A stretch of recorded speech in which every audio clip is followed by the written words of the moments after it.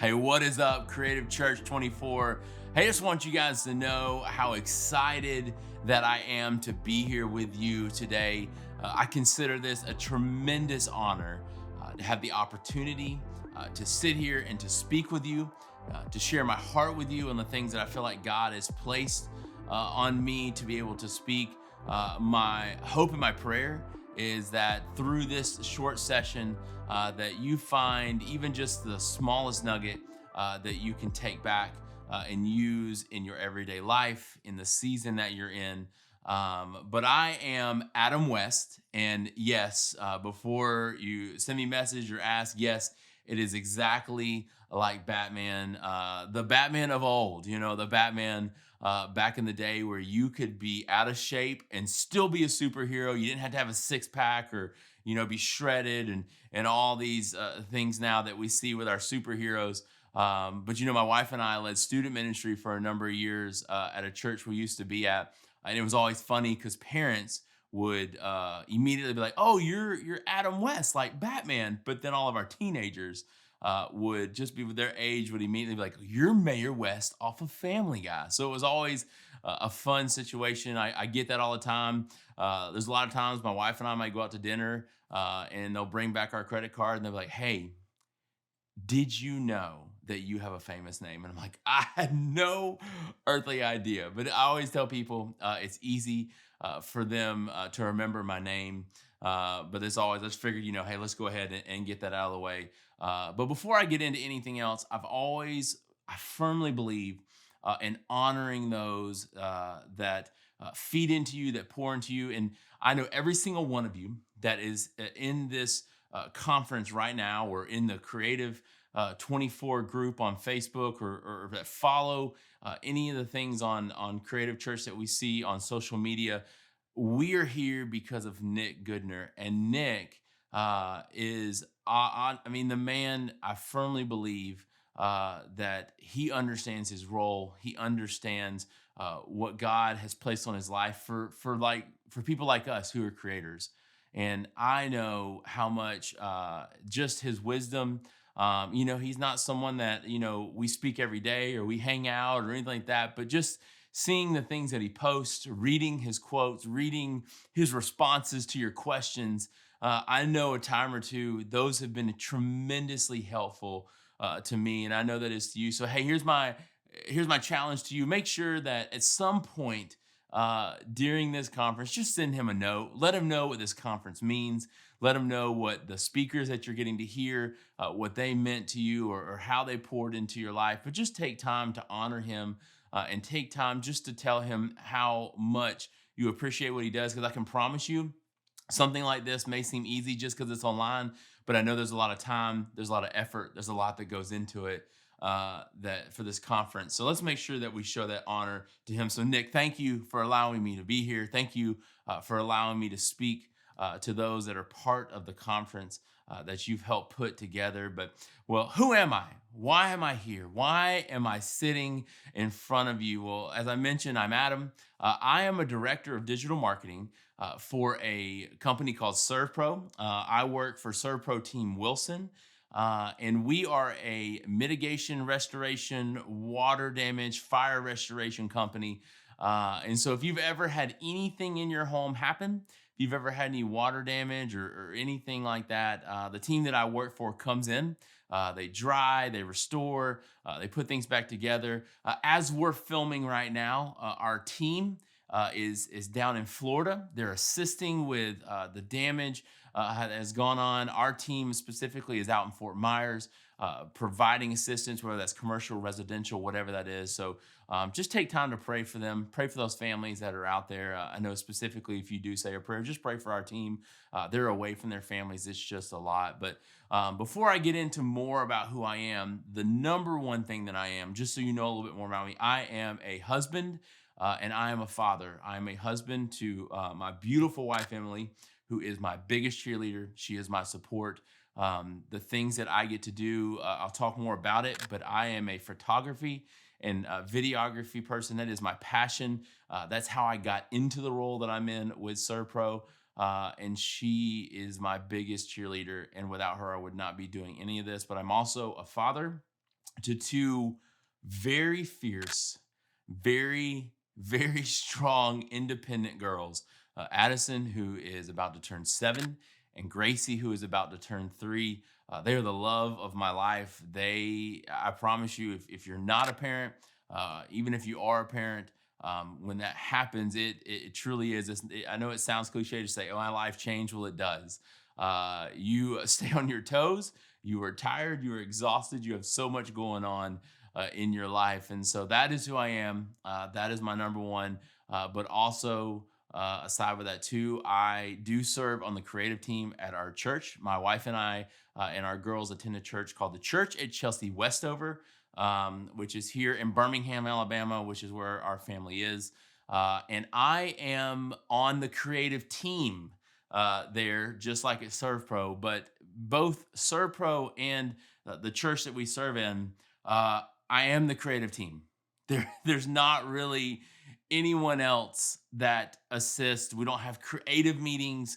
I don't get to sit down and really plan things out, or just toss ideas on the table, or throw things on the wall and see what sticks. I am that. I am the creative team, and that's kind of where I am. And so when Nick sent me a message and asked me what it is that if I was interested in even being part of this, he's like, he kind of told me, hey, I don't have a topic, but he kind of shared with me a little bit about what this conference was about, and I knew before I even spent time in prayer and things like that, I knew in my heart where I wanted to go. And of course, as I spent more time with God and spent more time praying over it, it was just about being on a creative team of one. I tried to be edgy and have a play on words with creative team, but I am the creative team, both for those. And the reason that I felt like that was important, because maybe that's where you are. Maybe that's where you are in your life. If you're not, maybe if you work at a church, or maybe you work for a company, that says, hey, we only really have the budget for one person on the team to do it, and maybe you're a one-stop shop. You do it all. You do the graphic design, the video, the social media, you're doing the photography, you're running around, you're trying to build teams, you're doing all of it. It can be draining, and it can be tough to do things by yourself, especially as creatives. Sometimes, the things that we do as a job can be tough to do the things that we love, because it's like all day, every day. You're doing things to create, and you're trying to create these things, and it can be easy, which we see Nick talk about a lot, to experience that burnout, and it can be easy to lose the fire that you love for the things that you create. And sometimes you're just looking for things to be able to reignite that fire. And I felt like it's important. Maybe you're fortunate enough to be on a team. I personally believe that creative teams, which are more than one, are vital. I am a people person. I joke all the time that I am an introverted extrovert.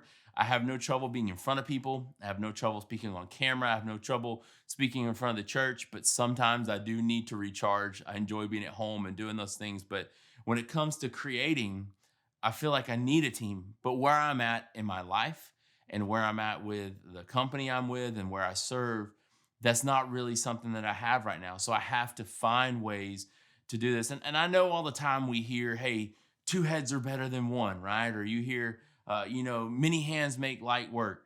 These are things that we see and we hear about being on teams. That's why I do believe it's vital. But I also think that you can be successful and that you can thrive being on a creative team of one. It may not be really what you want.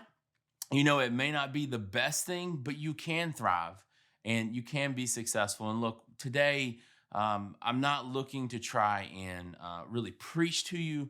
I'm not trying to like throw these things out, like you might hear on Sunday morning, hey, here's 3 things that we're doing wrong, and I'm gonna give you 3 ways to make it better. That's not what I'm here today. What I want to do is start a conversation. My hope is at the end of this session that maybe we can connect. Maybe it's something where we can really build a community. I know we already have that in the Facebook group, but let's build more. Let's actually have conversations. Let's actually talk to people. Let's have some Zoom calls. Hey, what are you working on? What can I help you with? What are some things? And so that's really what I wanted to dive in with you today. The main thing that I want to talk about is how do you thrive being a creative team of one? And what I did is wrote down a few things that work for me and a few things that I do to continue to attempt to thrive in those. I have my ups, I have my downs, I have those moments in my life, but I know this is where God has placed me. I'm very fortunate to be a part of a team that believes in what I do, both at the church and with ServPro. I am very fortunate to work for an owner who not only really pours into my life professionally, but personally. And so that's why I know I'm where I'm supposed to be. It may be hard being a creative team of one, but that's where I know I'm supposed to be. But hey, here's what I want to do. I want to give you just a couple things, and I hope these are helpful to you. I hope it's something that you can do.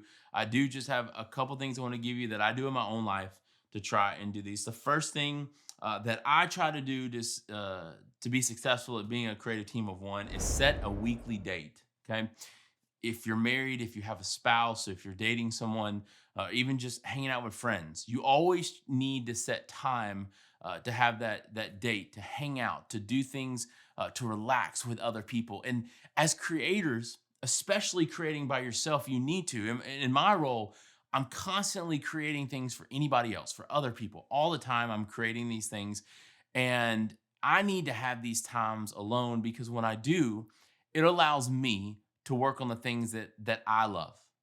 It allows me to work on the things that I enjoy. And so when I set a date, I can say, hey, no work, no church things, nothing for anybody else. What are things that I like to do? Hey, I love droning. I recently just purchased my first drone. I've used our work drone for the longest time, but now I have my own. I'm excited about it. And, you know, we live in a part of Chelsea. We're very fortunate that we have a lot of woods around us in our neighborhood. There's actually a high school right out here behind our home. And one of my favorite things to do is just sometimes just throw the drone up and film, like if the high school football games are going on, or right over the hill, we have what's called Oak Mountain State Park, which is a huge state park here in Alabama. And that this when the sun goes down, I love to try and capture some of those sunsets. And so that's just for me. Those are some of the things that I like to do, but I can make these projects my own, and I can focus on these projects, and I can kind of push away the corporate life or even just the church life a little bit to say, hey, I'm going to pour into myself. And I need to do that so that way when those times come that I'm struggling being by myself, I can say, hey, I was able to do some of the things that I love and make the best out of that. The second thing that I thought was important and is big for me, as you can see in my office here, is find work or find your space. Find your space. And so, look, when my wife and I were looking for our home that we're in now, I had my non-negotiables. I told her, I was like, look, I just want to have a room. In our old home, I did not. When our daughters were born, I did have an office. I lost that office, and then had to move to the other room. And then when our other daughter was born, I lost that and actually ended up having to move out into the hallway. We had this little desk that was built when we bought in our old home. And it almost felt like Harry Potter. I felt like I was living under the steps, like just enough for my monitor barely touched the top where the steps came down. And so I was always cramped when any of the girls ran by or my wife walked by, like I had to scoot my chair up. And so I told her, I was like, I want to have a space for me. And I think it's important because you want to have a space that you can create. And obviously you can see behind me, I'm a huge Ninja Turtle fan. I love Ninja Turtles. I love Funko Pops. I love anything that you can find. I love movies, video games. These are things that I enjoy. My office at work is not the most inspiring. I work in a warehouse where a lot of deliveries and things are coming. My office is painted this same color that you see now there, but I have toys, I have pictures I've taken. I mean, I've had things I've collected from ServPro conventions. I mean, when somebody walks in, the first thing they say is, "This looks like a toy store." And I'm like, "Yeah, I need inspiration. I need to enjoy the place that I work in because honestly, my office at work, I spend more time in that room than I do even in my own home weekly. And so I want to make sure that I work in a space that can really help me thrive and can help me do these things. I want to work in a space that I enjoy being in, just like here at home. I get to make this space my own. This gets to be mine. I'm not out in the living room trying to film this video with our girls running around. I get to be in a space that is for me. The third thing that I wrote down that I feel like is important is to work in a public place. Work in a public place. Our Serpro office, I work in an office that's about 20 miles from our main office. There is a lot of times during the week that I'll go work at the main office because that's where our production teams are. That's where our leadership staff is. That's where some of our ownership is. Sometimes I'll go out there and work just so I can be around more people. And honestly, those production workers, the heart and soul of our company, the ones that are going out and performing the water cleanup, performing the fire restoration, I need to be around them. They're not in the office that I work in all the time. I need that inspiration. I need to be where they are at times so that way I can be inspired about what to create and what to have. Those things are important. We understand that our business is not something that people think about, honestly, until they need us.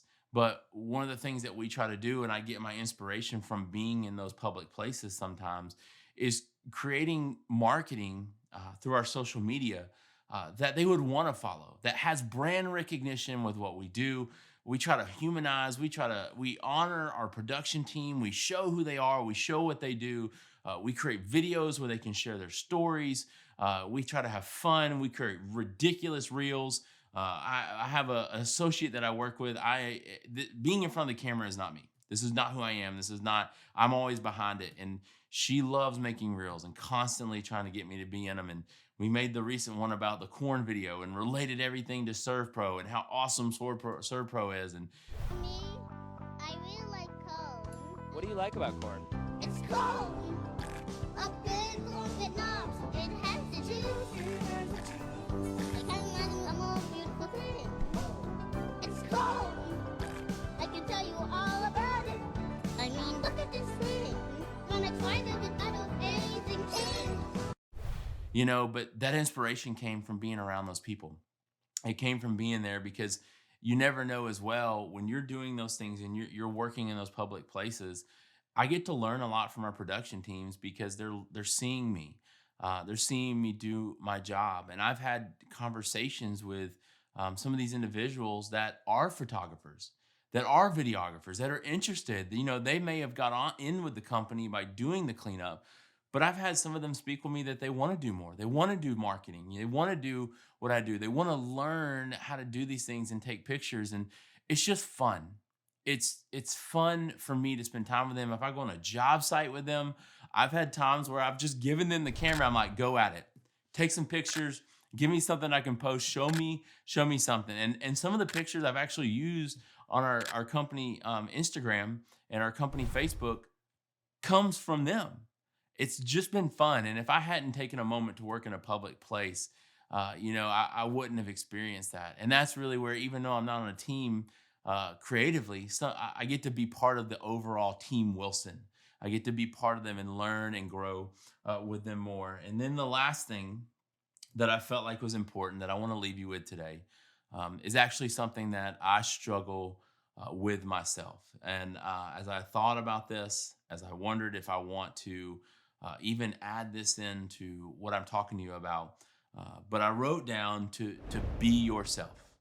And I know that sounds funny. I know when you hear that, it could sound like something at the end of the climax in a Disney movie where the main character is learning, hey, it's all about you, be yourself. But I think it's true. One I mentioned is a struggle for me. Comparison. Comparison is a struggle for me. A lot of that is because I do look to social media. There's some of you right now that are probably watching this session that I follow your church because I'm inspired by the things that you and your team create. and wonder how can I take what you've done and bring that to our church in Chelsea. Or I say, hey, how can I take what you did for your church and apply that to a water mitigation company? And so there's a lot of those things that I see, but by doing that, because I'm a big believer in finding inspiration in what others do. I'm a big believer in seeing what others do and wondering how can I use that? How can I make that my own? But a lot of times by doing that, because I don't have a team to bounce ideas off of, I don't have a team sometimes to work with and to sit down and develop these things, I start struggling and I struggle with, man, I wish I could make that.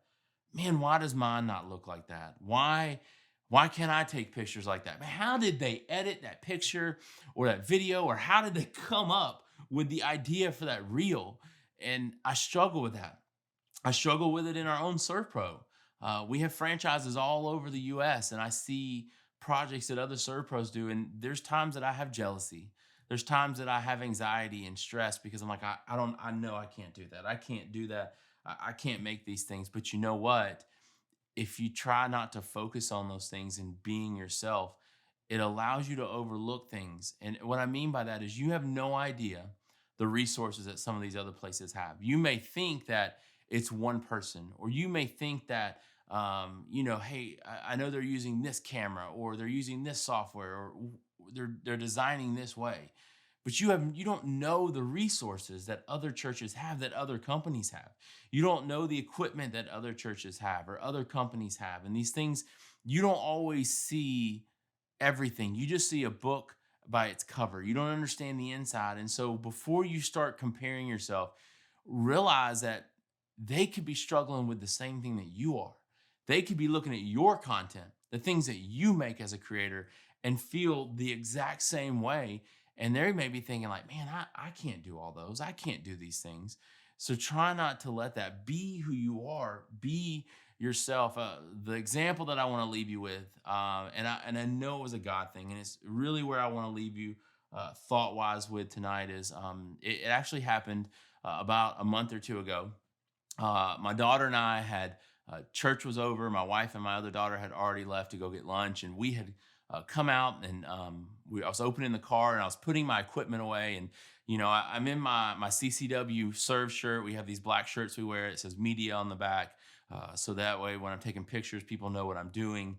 And I'm putting my gear in. My daughter gets in the car, and there's a family that I've never met before next to us. And the gentleman goes, "Hey, I just want to ask you. I saw you were taking pictures during church. Are you the one that handles all the social media for the church?" I was like, "Yes, sir, I do." And of course, I'm like, "Man, I really hope so I didn't post something I shouldn't have that they didn't like." And in my head, so I immediately start thinking negative. And he's like, "Hey, I just want to let you know, the only reason that we came to the church is because of the social media. Uh, my wife and I are new to the area. We have children. We just want to know what ministries churches have." And he was like, "There's not really any other churches in the area that have a social media like you have." And I've always been big about teaching our team that our social media is really an inside look into our church. It's a way for people to see the demographics we have. It's a way for people to see, what our preaching sounds like, what our pastor sounds like, or our worship sounds like. And it's important for our church to share those things. And so when he began talking about that, I knew in my heart that that was a God thing, because I had been struggling a lot with just where I was as a creator, just feelings of inadequacy, that maybe things weren't as good as I hoped they were, or I wasn't making an impact. Just those negative thoughts that you might have as a creator. And him telling me those things, it just rejuvenated me and who I was. And it made me realize that I need to quit worrying about what other people are posting and comparing myself. Be me, be who I am. God has placed me in this season. And I know we hear that all the time from church lingo, but it's true. And I believe it's true because I've experienced it, because I felt it, and because I've been there. Hey, look, as I get ready to wrap up today, my hope is that something resonates with you today. Look, even if you are a part of a team that has many creators on it, I hope what my conversation and just some of the things I've talked about today allow you to understand that sometimes people do struggle with being alone and being by themselves as a creator. And maybe it's putting you in a place right now that you know of somebody that creates by themselves. And all I want to do is create a conversation. Reach out to that person. Say, hey, how are you? How are things? How have you been able to create things that you want lately? Are you creating things that you enjoy? How is life? And just those ways that you can do that. Find ways to be in a community. I mean, obviously you're here. You're in this conference right now, so you have to know that you're part of an amazing community that Nick has built. This community is amazing. I've met some fantastic people in it. Again, like I mentioned, there's some of you right now, the things that you've posted in this group, I've used at our own church. And I thank you for that because you're providing inspiration. And at the end of the day, what all that really matters is that we're leading people to Jesus and that we're making more room in heaven for others. And you never know what you're creating, what it can do. The things that we create, whether it's through photography, through worship, through videography, through a graphic, all pieces of those are a way for us to worship him.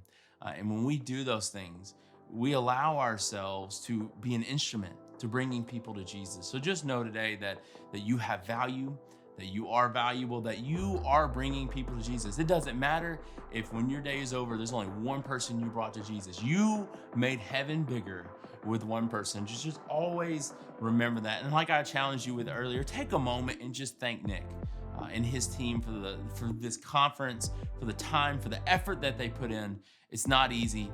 It's a big deal for what they're doing, and I know they're putting a lot of effort into this and creating this for you. Let them know, like some of the people that you've heard from today that you love. Let them know, hey, look, if you want to connect, I would love to connect with you. I'm always looking to grow relationships and grow community. I need people to bounce ideas off of. You can find me on Instagram. It's AdamWest_CC.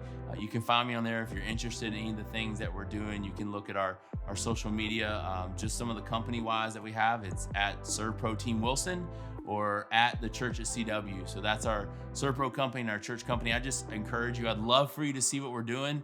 I'd love to connect. I'd love to share with you. But hey, Creative Church 24, it's been real. It's been an honor to be with you. Hope you enjoy the rest of the conference.